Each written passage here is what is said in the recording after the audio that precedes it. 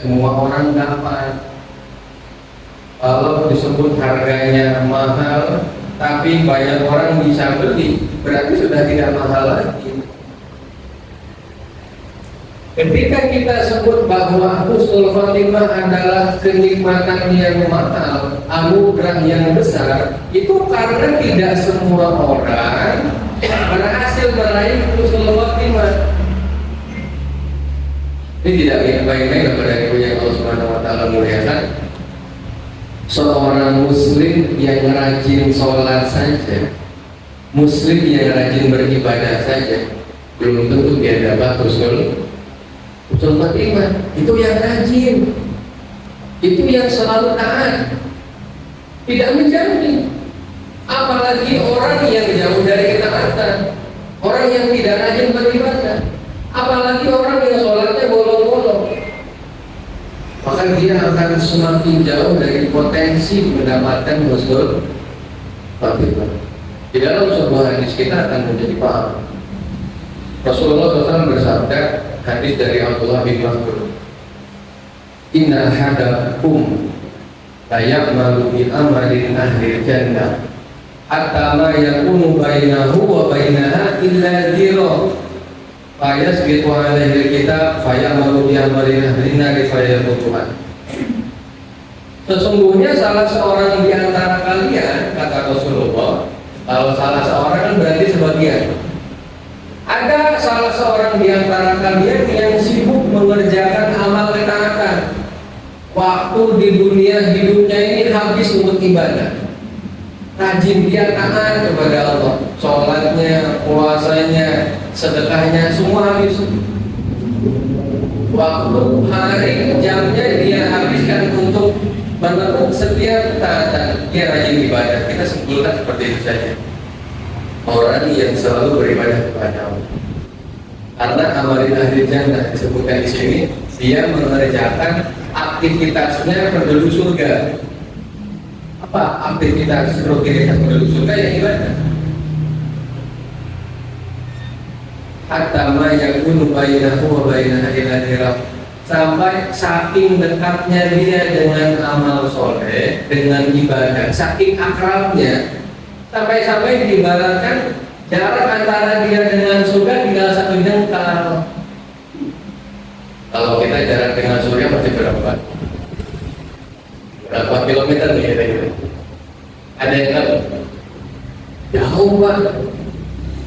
Mau kita mati saja belum kan? Syarat masuk surga kan mati dulu. Setelah itu tinggal menentukan nanti amal kita baik dan buruknya. Ada orang yang saking rajinnya dia dalam beramal soleh, sebutkan hatta mayakunu bainahu wa bainaha illa dhira, tinggal setengah lagi dia masuk surga. Fayasbiqu alaihi alkitab fayamalu bi amalin ahlina fayadkhuluha. Tapi ketentuan takdir berkata lain, sebelum dia meninggal dia melakukan kemaksiatan dan dilarang, dia mati saat itu ketika sedang mengerjakan maksiatan. Jadi kemarin-kemarin pas dia taat, pas dia rajin ibadah, dia tidak mati. Tapi pas dia mau meninggal, dia mengerjakan satu kemaksiatan, satu perbuatan dosa sampai dia mati di kondisi tersebut. Kita disebut dengan suul khotimah. Jadi ingat Pak, mungkin kita menjumpai orang-orang yang menurut penilaian kita dia orang yang soleh, kondisi hidupnya baik, dia selalu mengerjakan ketaatan, dia rajin beribadah, selalu berbuat baik kepada orang lain. Itu kan sudah komplit ya. Hablum minallah, hubungan dengan Allah sudah bagus dengan ibadahnya. Hablum minannas, hubungan dengan manusia juga sudah bagus. Tapi siapa sangka orang yang kita pikir soleh tadi ternyata dia menghembuskan nafas terakhirnya saat sedang melakukan kemaksiatan. Jadi orang yang kita anggap soleh tadi ternyata matinya suul khotimah. Yang setidaknya kita melihat ada tanda-tanda suul khotimah kematiannya. Kita nggak bisa menjudge ya, memfonis oh ini Husnul Khotimah, kalau yang itu Husnul Khotimah, nggak bisa kita. Setidaknya kita bisa melihat tanda-tanda dari kematian seseorang, ada tanda Husnul Khotimah, ada tanda Husnul. Kalau nanti kita bocorkan apa tanda-tanda orang matinya Husnul Khotimah dan apa tanda-tanda orang matinya Husnul Khotimah. Kemudian wa inna ahadakum la ya'malu bi amalin ahlin nar hatta ma yakunu bainahu wa bainaha illa dirham wa yasbiru ala al-kitab wa ya'malu bi amalin ahlin nanti faedah kedua sebaliknya. Di antara kalian, kata Rasulullah, ada orang-orang yang rajin bermaksiat lalu mengerjakan pekerjaannya penduduk neraka. Ya, aktivitasnya penduduk neraka kan kemaksiatan. Wah, habis waktunya Pak 24 jam untuk maksiat. Rajin dia, kewajiban-kewajiban ditinggalkan. Saking akrabnya dia dengan perbuatan maksiat, sampai diibaratkan jarak dia dengan neraka tinggal 1 jengkal. Kalau kita Pak, jarak kita dengan neraka kira-kira berapa jam? Nah, kira-kira masih berapa kilometer? Atau malah meter. Kita selama ini pede sekali. Saya rajin ibadah, saya sering pengajian. Jarak saya dengan neraka mungkin jauh, kita nggak tahu. Ada orang-orang yang dia rajin bermaksiat semasa hidupnya, habis waktunya untuk perbuatan-perbuatan dosa dan durhaka kepada Allah, sampai tinggal sejengkal lagi dia masuk neraka. Tapi takdir catatan berkata lagi, di akhir menjelang kematiannya dia melakukan amal ibadah, dia mengerjakan ketaatan, dan ternyata itu adalah nafas terakhirnya, dia mati dengan husnul khotimah. Jadi mungkin juga Pak, mungkin kita menjumpai orang-orang yang menurut penilaian kita dia buruk karena semasa hidupnya itu selalu berbuat buruk kepada orang lain. Dia seorang kriminal, kewajiban-kewajiban kepada Allah juga ditinggalkan. Itu kan komplit Pak ya. Hubungan dengan Allah tidak baik, hubungan dengan manusia juga tidak baik, komplit. Menurut pandangan kita, ini orang kalau mati pasti Husnul Khotimah. Karena tadi Pak, saking akrabnya sampai dia tinggal sejengkal lagi masuk neraka. Dalam penilaian mata kita saja, orang seperti ini paling gak bakal kuat. Pernah kita melihat orang yang seperti itu Pak, yang saking dia ini terlalu dalam, tenggelam dalam kemaksiatan sampai seperti sudah tidak ada harapan lagi untuk bertaubat. Nah ini kalau ngomongin neraka nih, mudah-mudahan kita nggak ada yang pedas seperti tulisannya Pak ya. Orang ini saking akrabnya dengan kemaksiatan sampai dia di pandangan kita ini orang yang tidak baik. Tapi siapa sangka Pak, kalau ternyata orang yang kita sangka buruk itu dia mati dalam keadaan husnul khotimah. Dia matinya pas sedang baca Quran.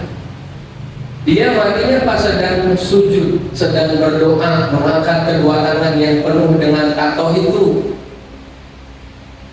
Siapa tahu dia meneteskan air mata dalam doanya, dalam sujudnya, dalam baca Qurannya, dalam sholatnya, dan dia mati dalam kondisi seperti itu.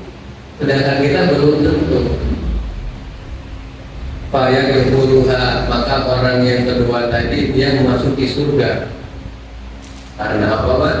Innamal a'malu bil khawatimi. Sesungguhnya amalan kita itu tergantung penutupnya. Gak peduli catatan malaikat itu Pak, ini orang rekor kebaikannya bagus, dia selalu mengerjakan kebaikan amal soleh.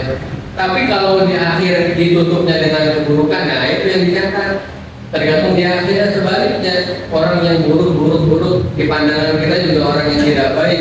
Kalau dia tutup kehidupan dengan kebaikan, maka dia adalah orang yang akan tercatat di dalam kebaikan.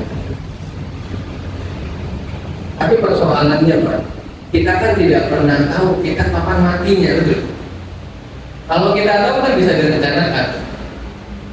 Coba masa hidup saya tinggal 5 hari, berarti 5 hari ini kita kencang deh ibadah, ngaji, sholat supaya kita bisa mati dalam keadaan seperti itu kan tidak bisa.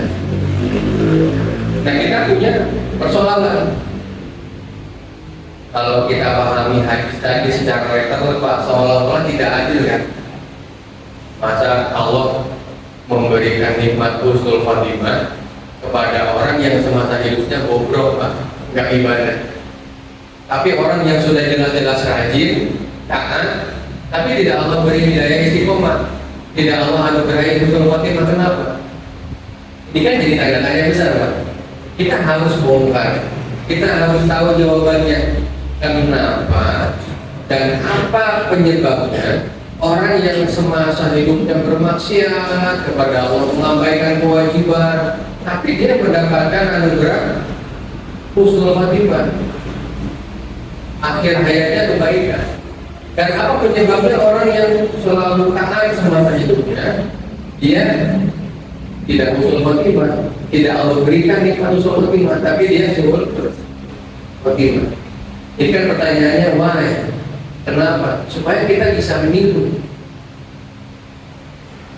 Jawaban sederhananya adalah seperti ini, Pak. Bisa jadi orang yang selama ini buruk di mata kita, buruk di pandangan kita, bisa jadi mereka punya amal yang dirahasiakan dari manusia manapun. Saya ulangi, bisa jadi orang yang selama ini buruk di pandangan kita, dia punya amal baik yang dirahasiakan dari manusia manapun, hanya Allah dan dia yang tahu. Dia konsisten, istiqomah mengerjakan amal soleh itu sampai akhir hayatnya dia mati dalam keadaan itu. Dia merahasiakannya dari manusia manapun sehingga Allah ridho dengan kepada dia atas amal soleh yang dia istiqomahkan. Kenapa selama ini di mata kita dia buruk? Karena kita tidak tahu, karena amal solehnya dia rahasiakan. Tidak ada yang tahu. Ada orang takonan, nggak pernah sholat, kriminal. Siapa tahu dia punya amal yang dirahasiakan kepada dari setiap manusia, hanya Allah Subhanahu wa Ta'ala dan dirinya yang tahu. Misalnya, kalau sudah urusannya dengan birrul walidain, taat kepada kedua orang tuanya, dia adalah orang yang paling pertama mengindahkan perintah birrul walidain, meskipun dia belum sanggup mengerjakan sholat dan kewajiban lain dengan alasan tertentu, tapi tidak ada yang tahu. Kemudian kedua, bisa jadi orang yang selama ini baik di mata kita, kelihatannya soleh, kelihatannya taat, kelihatannya rajin ibadah, ternyata dia menyembunyikan amal buruk, dia memiliki segudang kemaksiatan yang dia sembunyikan dari manusia lain. Tapi Allah Maha tahu, dan dia selalu menunda-nunda taubat sehingga Allah murka kepada dia, sampai akhirnya ketika Allah sudah murka, Allah akan biarkan dia mengerjakan keburukan-keburukan di akhir hayatnya. Jadi polanya seperti ini, Pak. Ini polanya yang harus kita ikuti. Ketika Allah Subhanahu wa Ta'ala menganugerahi husnul khotimah kepada seorang hamba yang terpilih. Kenapa harus ada kata terpilih? Karena ini hamba-hamba pilihan, Pak. Yang dapat anugerah husnul khotimah hanya yang terpilih.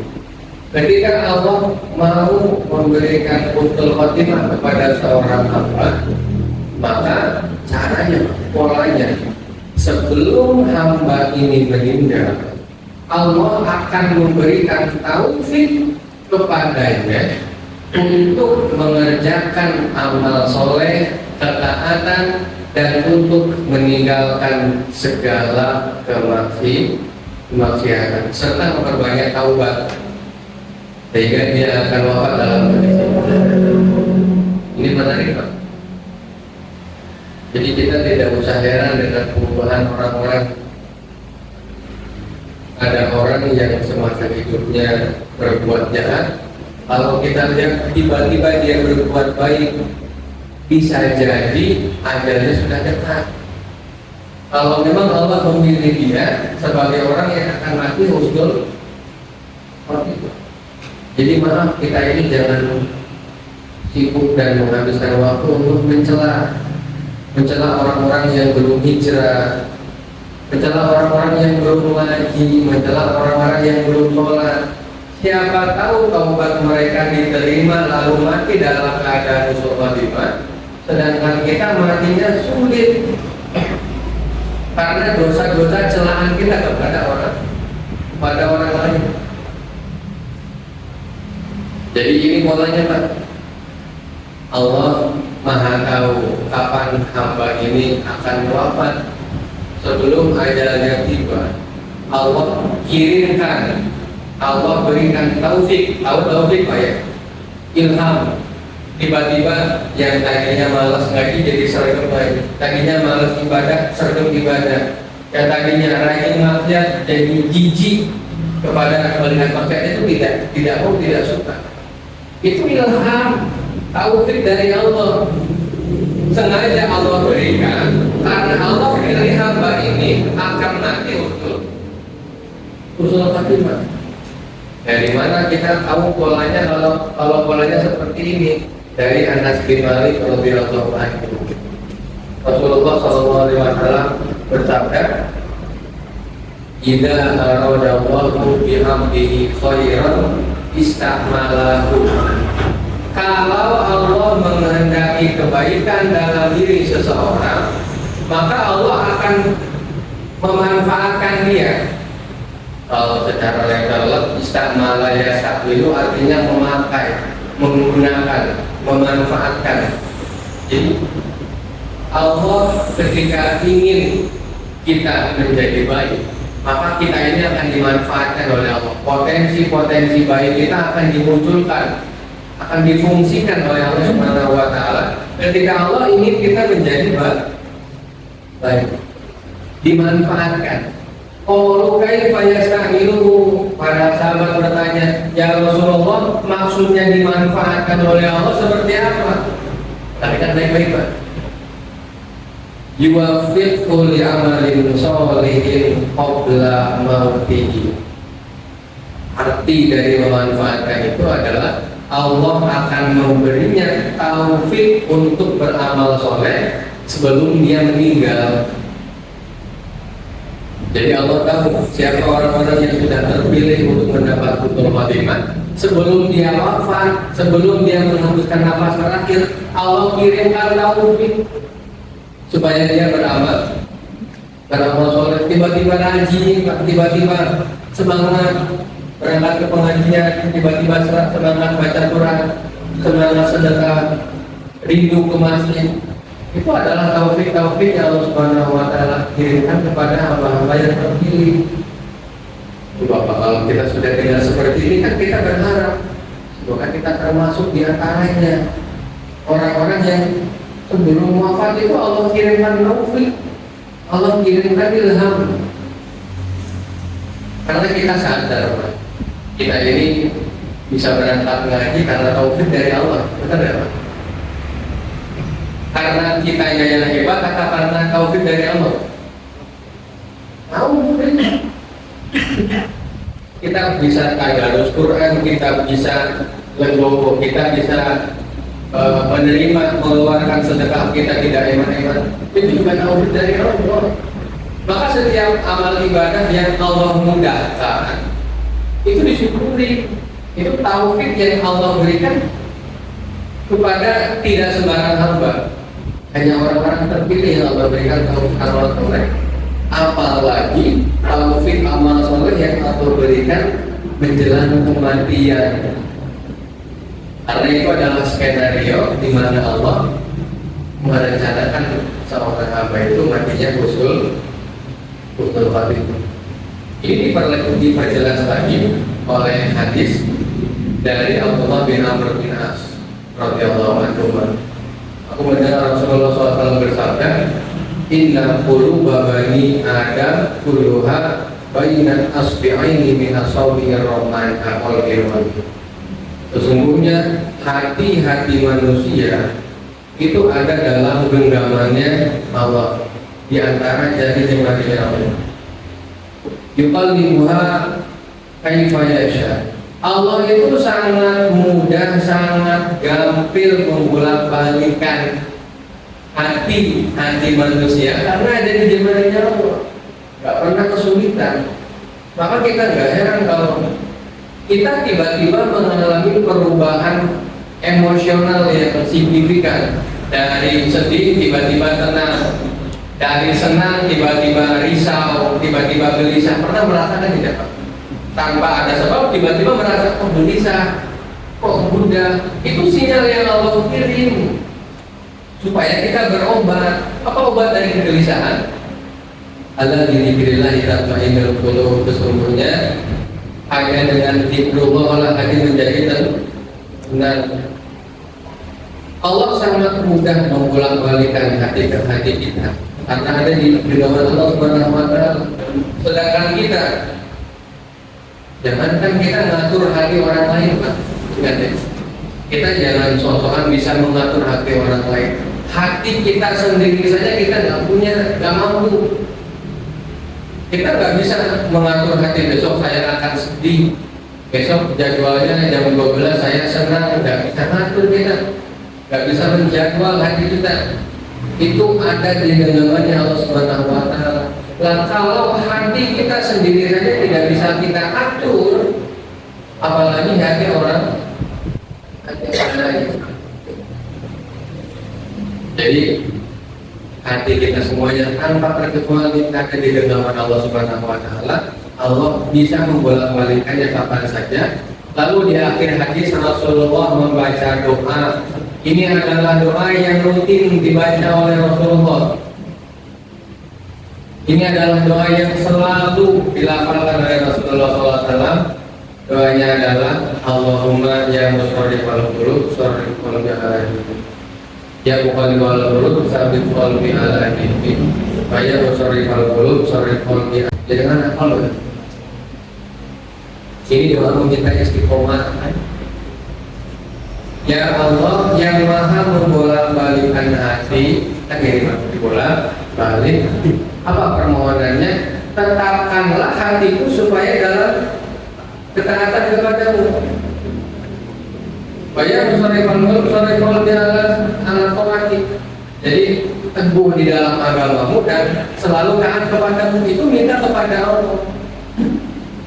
Jadi untuk kita bisa taat kepada Allah saja, kita butuh minta kepada Allah, Pak.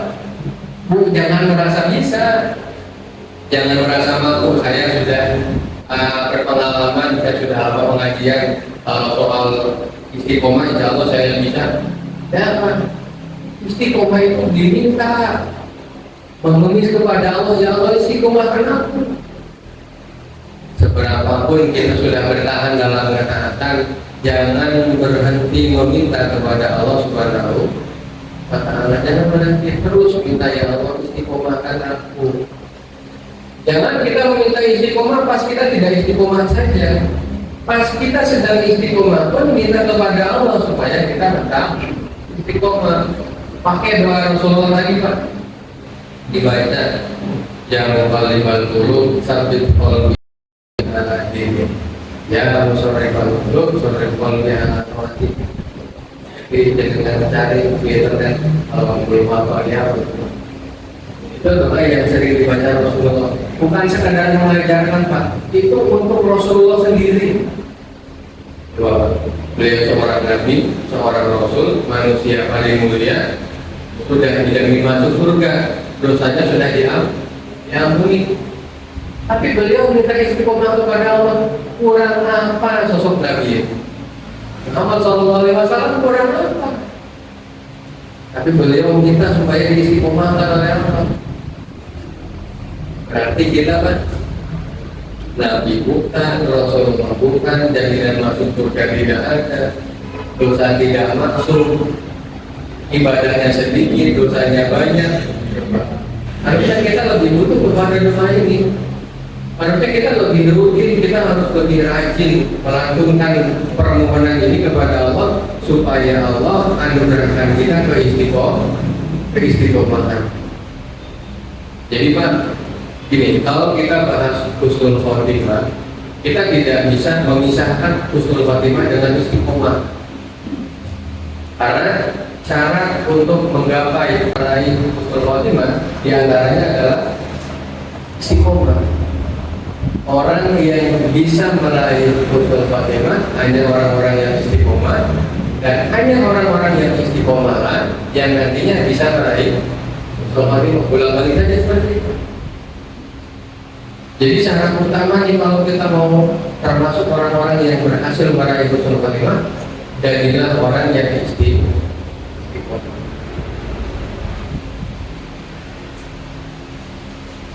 Apa bahasa Indonesia istiqomah?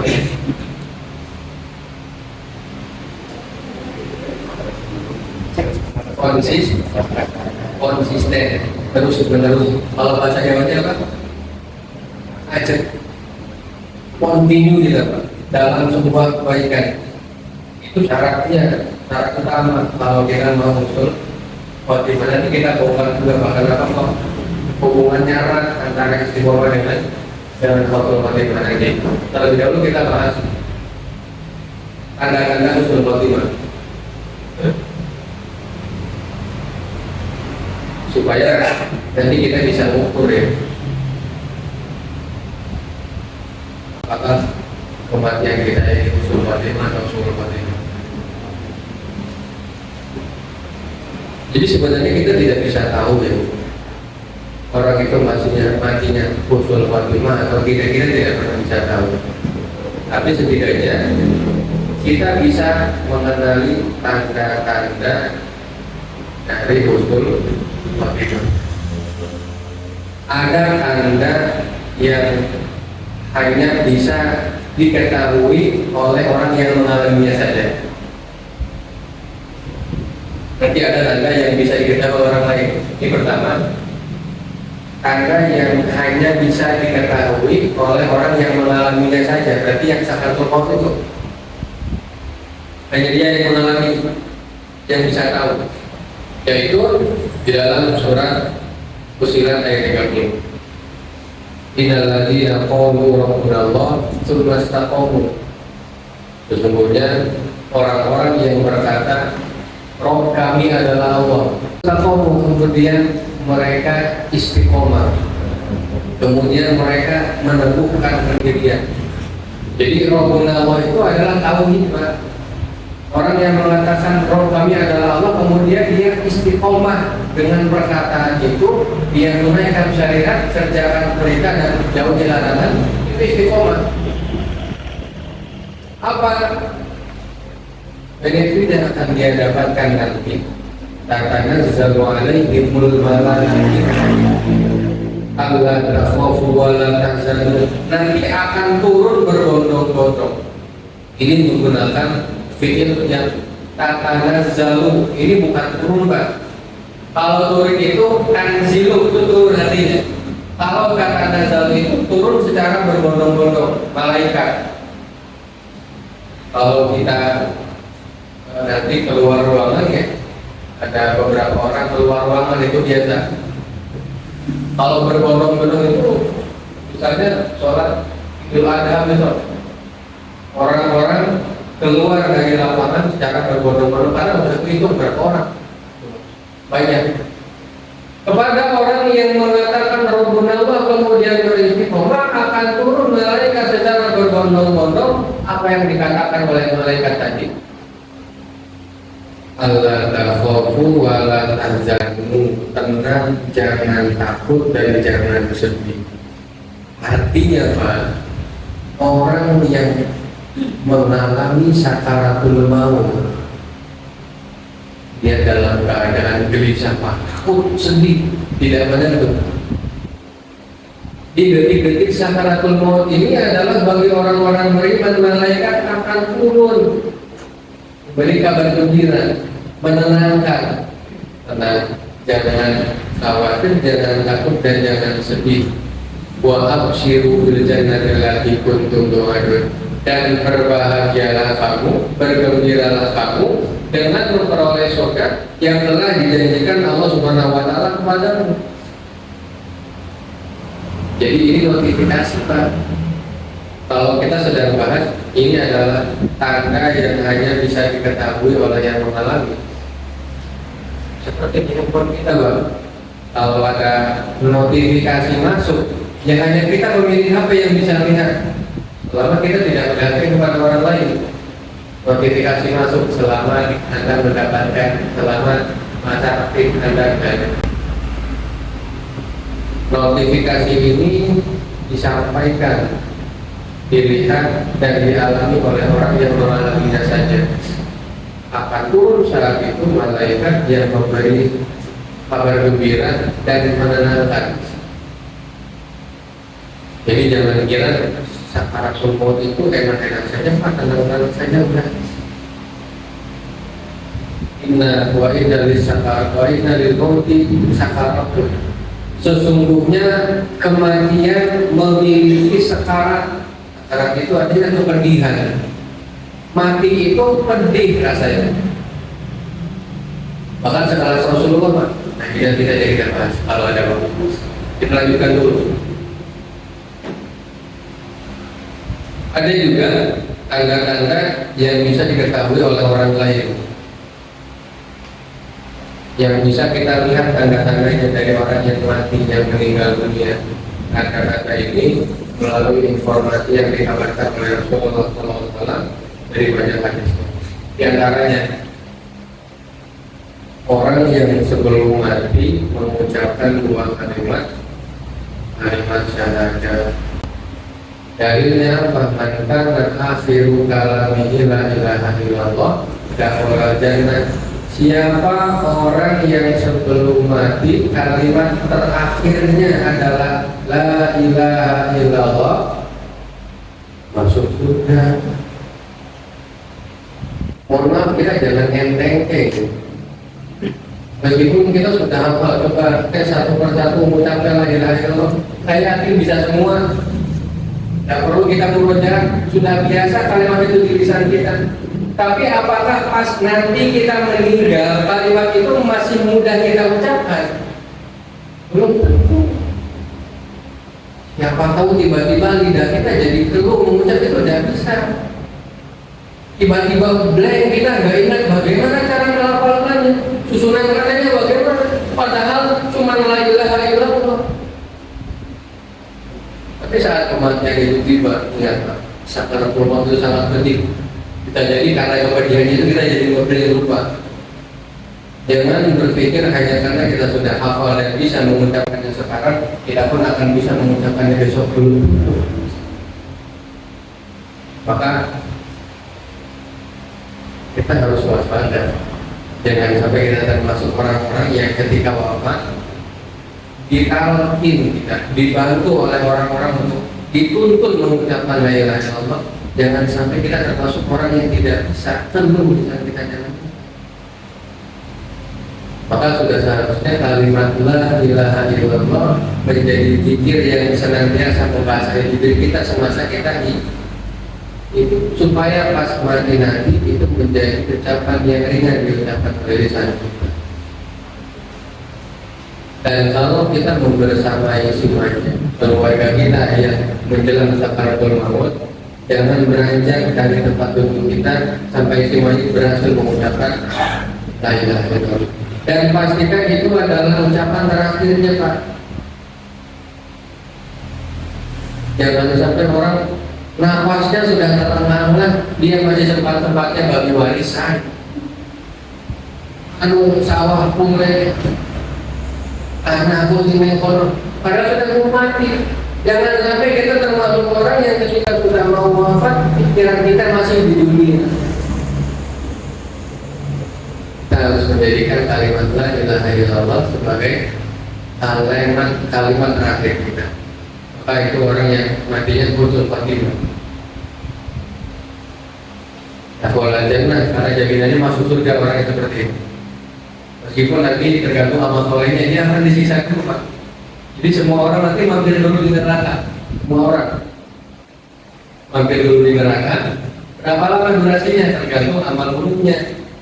Yang kemaksiatannya banyak, dia semakin lama disiksanya. Itu nanti pembahasan sendiri ya, perjalanan dari alam barzakh menuju alam barzakh. Kemudian yang kedua, orang yang meninggal di keningnya berkeringat. Ini salah satu tanda husnul khotimah. Orang yang kalau meninggal itu di keningnya berkeringat. Dalilnya Rasulullah bersabda dalam hadis yang diriwayatkan oleh At-Tirmidzi, "Mautul mu'min bi'irqil jabin." Kematiannya orang mukmin itu adalah ketika dia mati dahinya berkeringat. Itu salah satu tanda husnul khotimah. Salah satu Pak. Jangan menjenengan nilai orang yang nggak ada keringatnya berarti husnul khotimah. Jangan. Kita sedang mempelajari tanda. Kemudian yang ketiga, orang yang meninggal pada malam Jumat atau pada hari Jumat. Ma min muslimin yamutu yaumal jum'ati aw lailatal jum'ati illa waqa'allahu fitnatal qabr. Tidaklah seorang muslim meninggal malam Jumat atau di siang harinya, hari Jumat, kecuali Allah Subhanahu wa taala akan menjauhkan dia dari fitnah kubur. Mana kalimat husnul khotimah? Bukankah orang yang dijauhkan dari fitnah kubur adalah tanda bahwa itu kematian yang indah? Husnul khotimah itu kan ketika dia nyaman dan tentram di alam kuburnya, tidak menghadapi siksaan yang pedih. Tapi kalau orang yang nggak pernah sholat, orang yang tidak taat, tidaklah meninggalnya hari Jumat, apakah kemudian husnul khotimah? Kayak lagi kita sedang mempelajari tanda-tanda. Jadi nanti semakin banyak tanda-tanda husnul khotimahnya ada pada orang yang meninggal, maka kemungkinannya semakin besar. Kemudian yang keempat, mati syahid di jalan Allah, ini jelas.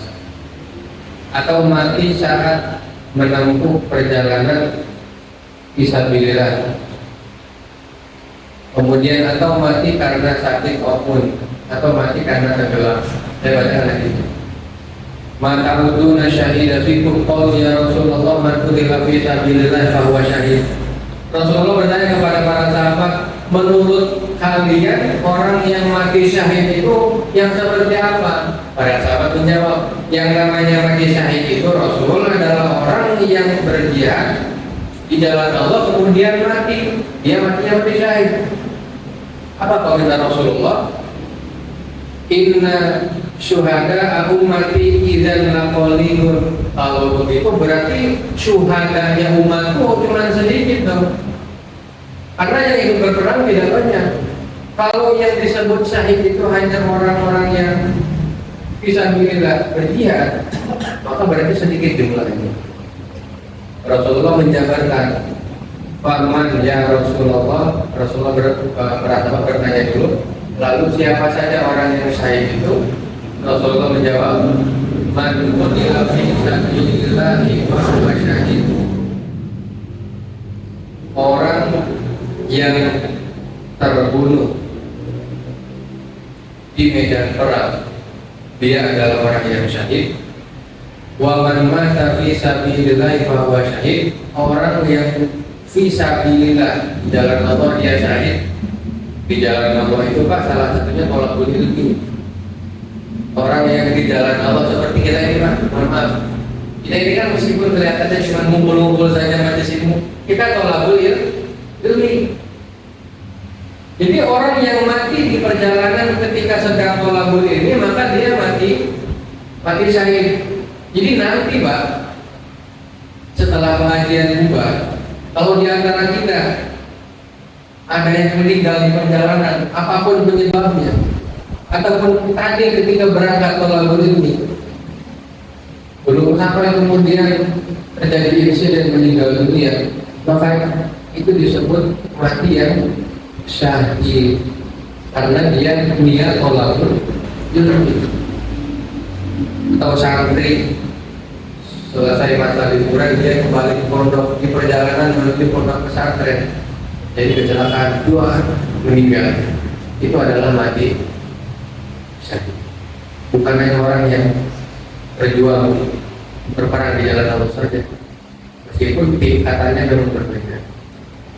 Kemudian wa man mata fit ta'un fa huwa syahid, orang yang meninggal karena ta'un. Jadi di zaman para sahabat dulu ada wabah ta'un. Kalau sekarang wabah apa? COVID. Jadi saudara-saudara kita yang beriman kepada Allah yang dahulu meninggal dunia karena COVID-19, mudah-mudahan terhitung syahid di jalan Allah Subhanahu wa Ta'ala. Dalilnya mana hadis ini, Pak? Hadis ini adalah dalil orang yang meninggal karena wabah. Kalau itu kan nama wabahnya. Kalau kita COVID-19, wabah corona, orang yang berjuang mati-matian melawan penyakit, melawan wabahnya kemudian meninggal, mudah-mudahan syahid. Waman mata fil batni. Nah ini kedengaran remeh banget. Orang yang meninggal karena sakit perut, remeh tidak kata kedengaran? Remeh kan? Dibandingkan karena kanker, dibandingkan karena jantungan, ini cuma sakit perut. Orang yang meninggal karena sakit perut termasuk orang yang mati syahid. Wal ghaibu syahidun. Kemudian diantaranya orang yang mati tenggelam, itu juga dihitung jam. Kemudian yang kelima, itu tadi harusnya banyak ya, bukan 4 saja, 4, 5, 6, sekian. Tapi kita gabung saja. Yang kelima adalah orang yang mati tertimpa reruntuhan. Kedengaran sebagai juga, Pak. Orang yang tertimpa reruntuhan dia dihitung syahid. Dalilnya asyhada khamsatun. Orang yang syahid itu ada 5. Al-maqun, orang yang terkena wabah. Al-maqun, orang yang matinya sakit perut. Al-gharqu, orang yang tenggelam. Wa sahibul hadmi, orang yang tertimpa reruntuhan. Wasyahid fisabilillah, dan orang yang fisabilillah.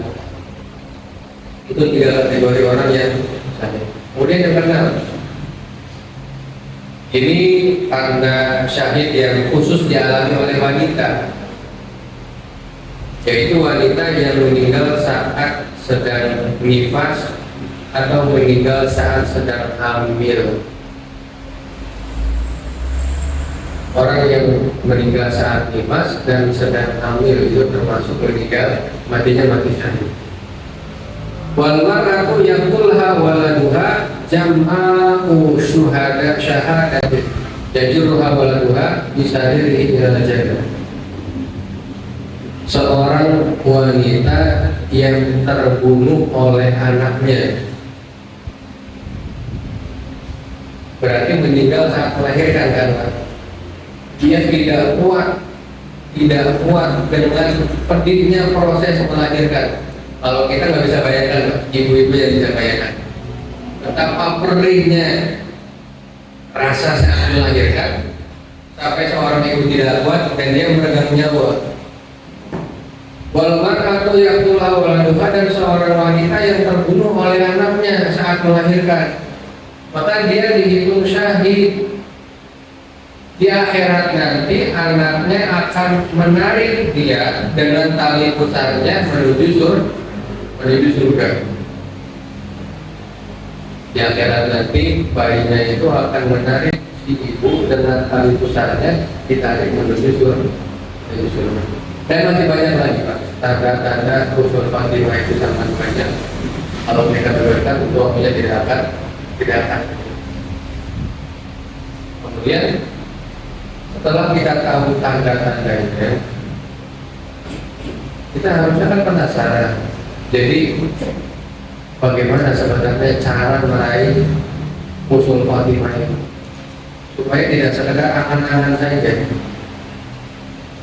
Kita ini kan kadang-kadang lupa, kita bukan kadang-kadang sering, kita ini sering lupa bahwa kita adalah orang yang punya mimpi yang hebat, punya mimpi besar, mimpi yang mulia. Apa? Husnul khotimah. Kita sering lupa. Apa tanda orang yang serius memiliki mimpi? Dia mengerjakan apapun untuk menunjang cita-citanya. Karena dia punya cita-cita supaya dapat beasiswa untuk bisa keterima sekolah di perguruan tinggi ternama di luar negeri. Itu kan cita-cita mulia, Pak, cita-cita tinggi.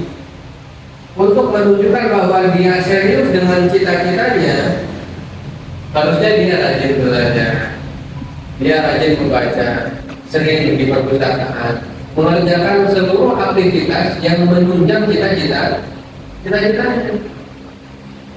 Kalau kita ingin dibilang serius dengan cita-cita kita husnul khotimah, harusnya kita mengerjakan setiap amalan-amalan yang menunjukkan bahwa kita sudah serius nih, beneran mau husnul khotimah. Jadi apa sebenarnya yang bisa kita kerjakan? Apa cara untuk merealisasikan mimpi kita untuk meraih husnul khotimah? Padahal kan kematian itu adalah misteri. Kematian itu sesuatu yang mustahil bisa kita prediksi. Betul ya? Maka kita benar-benar buta terhadap masa depan. 5 menit yang akan datang saja kita nggak tahu nasib kita bagaimana. Ada yang bisa tahu, Pak? 5 menit yang akan datang masih hidup gitu. Ada yang yakin? Saya kurangi 1 menit. 1 menit yang akan datang, siapa di antara kita yang yakin masih hidup? Kita benar-benar buta terhadap masa depan kita. Kita tidak bisa memprediksi, kita tidak bisa meraba-raba.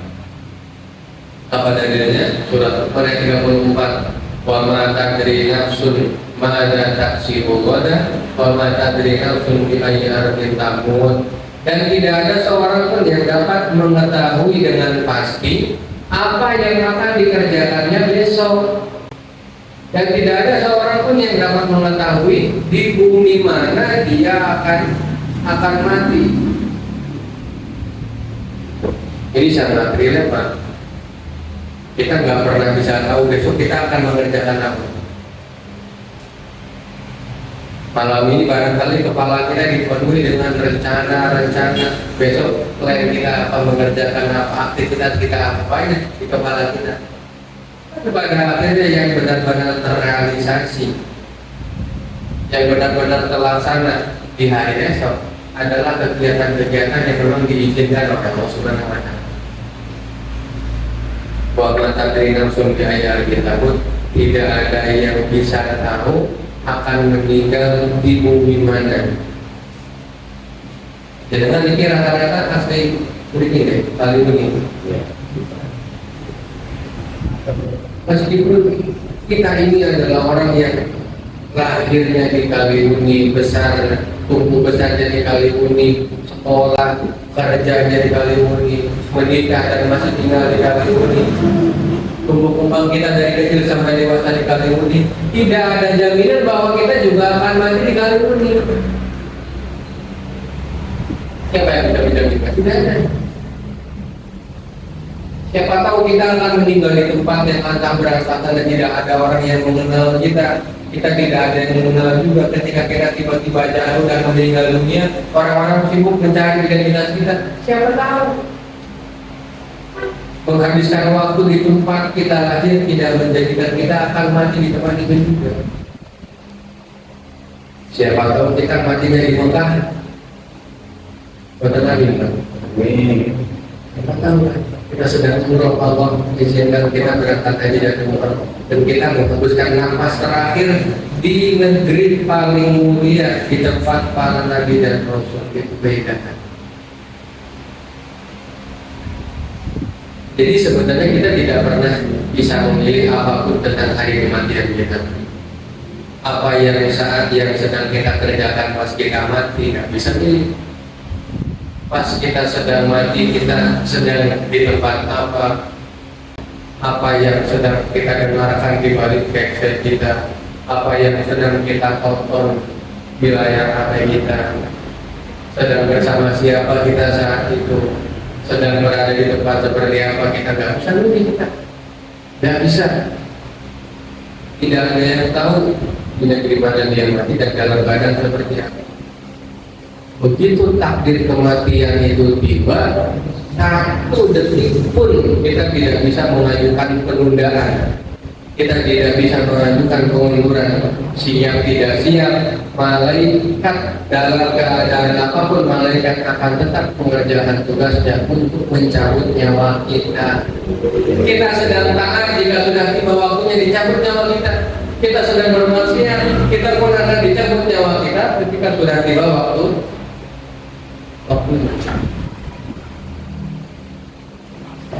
Jadi meskipun kita tidak bisa memilih, kita memang tidak bisa memilih tentang kematian kita, di mana, kapan, dan sedang apa.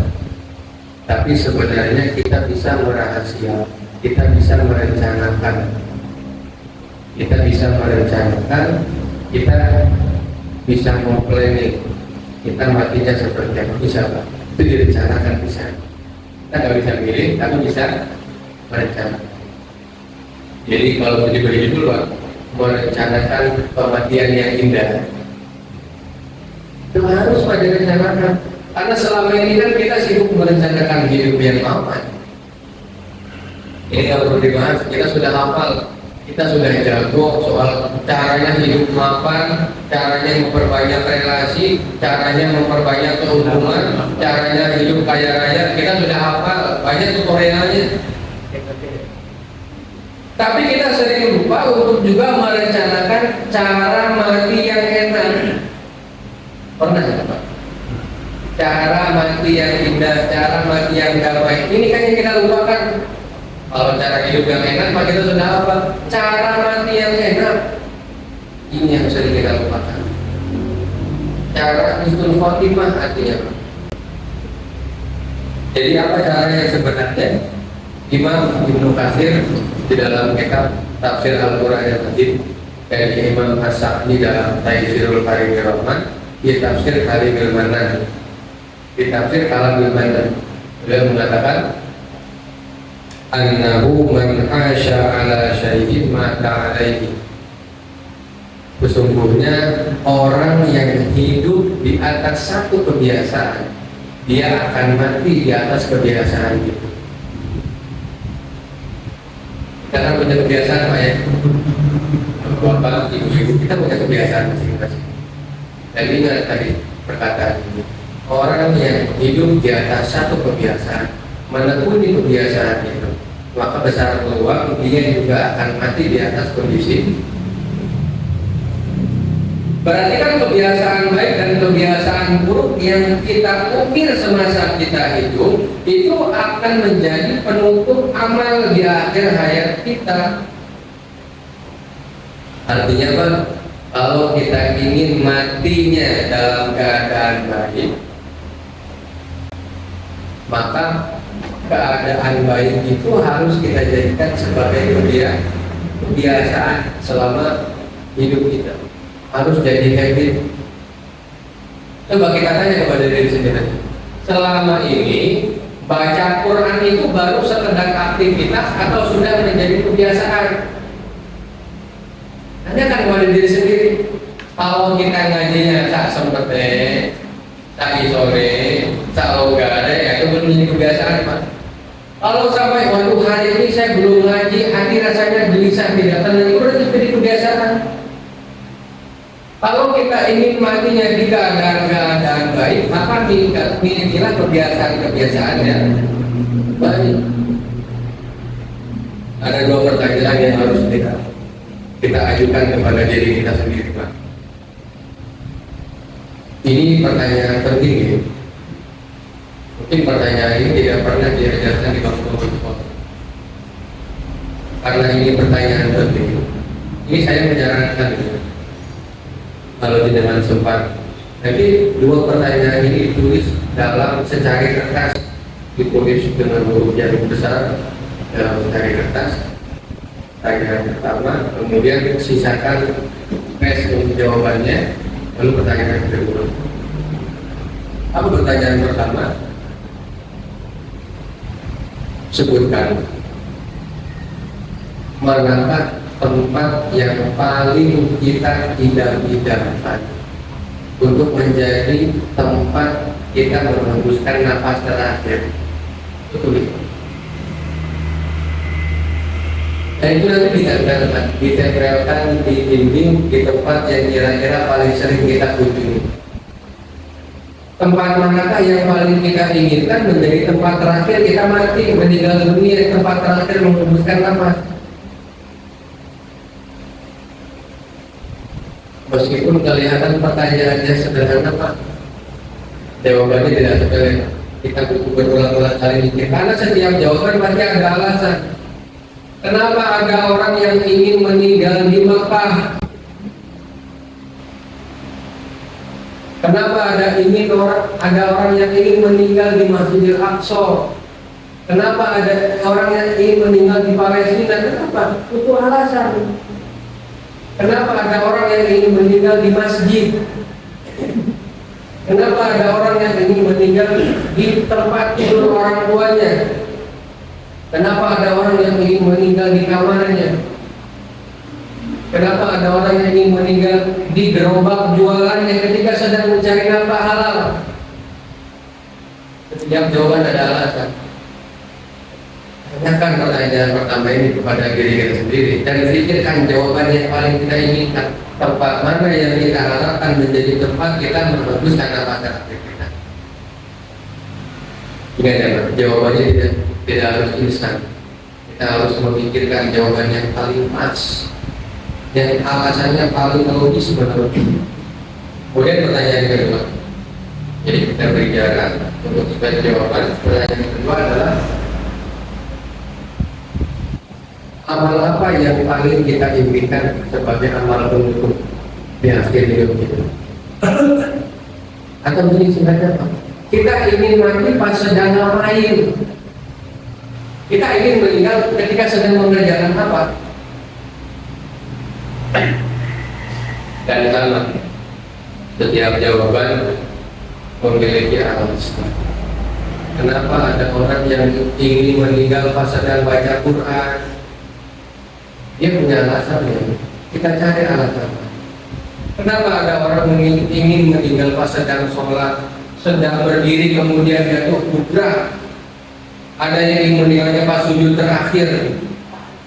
Ada ingin orang yang meninggal ketika sedang puasa. Ada yang ingin meninggal ketika sedang ceramah. Kenapa ini menjadi jawaban yang kita pilih? Apa alasannya? Kita cari tahu. Kalau kita sudah menemukan jawaban dari dua pertanyaan ini, kalau kita tulis dalam secari kertas, kita tempelkan di tempatnya paling sering kita tatap, sering kita membacanya, itu akan menjadi pengingat. Kita jadi sering diingatkan dengan tulisannya. Kalau jawabannya yang pertama misalnya tempat kita ingin meninggal dunia adalah masjid, kita jadi teringat. Kalau kita memang orang yang ingin meninggalnya di masjid, harusnya masjid adalah tempat yang sering kita kunjungi. Lihat jawaban kedua, kita sering baca bahwa kita ingin meninggal dalam keadaan baca Quran. Kalau kita memang orang yang ingin meninggalnya pas sedang baca Quran, harusnya baca Quran itu menjadi rutin. Kita akan teringatkan nanti, Pak. Masa pantas orang yang ngajinya jarang-jarang seperti saya bercita-cita meninggal saat sedang baca Quran. Kita jadi teringatkan. Baik, Bapak-bapak dan Ibu-ibu yang dimuliakan oleh Allah Subhanahu wa Ta'ala, kalau kita memang serius merencanakan husnul khotimah, maka kita pun harus juga dalam perencanaan. Kita harus mulai menata kebiasaan-kebiasaan baik kita dan mengurangi bahkan meninggalkan kebiasaan-kebiasaan buruk. Kenapa? supaya potensi kita masuk surga lebih besar, potensi kita untuk husnul khotimah lebih besar. Ingat ya Bu saya, kita akan mati di atas kebiasaan kita. Semakin banyak kebiasaan baik kita, maka semakin besar peluang husnul khotimahnya. Bayangkan Pak, kalau yang banyak itu kebiasaan buruk, berarti kan kita akan mati di atas salah satu kebiasaan buruk itu. Ya, dilupakan. Kita cek dalam tulis kebiasaan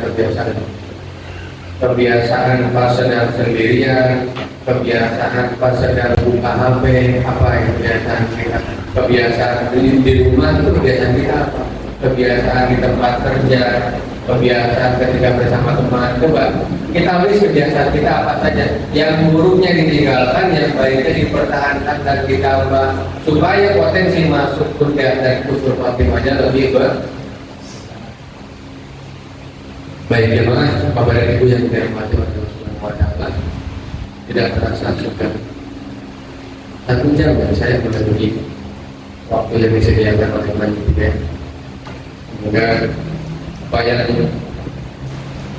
kita simak pada kesempatan malam hari ini menjadi ilmu yang barokah, diterima oleh Allah Subhanahu wa taala dan bermanfaat untuk kita semua dan keturunan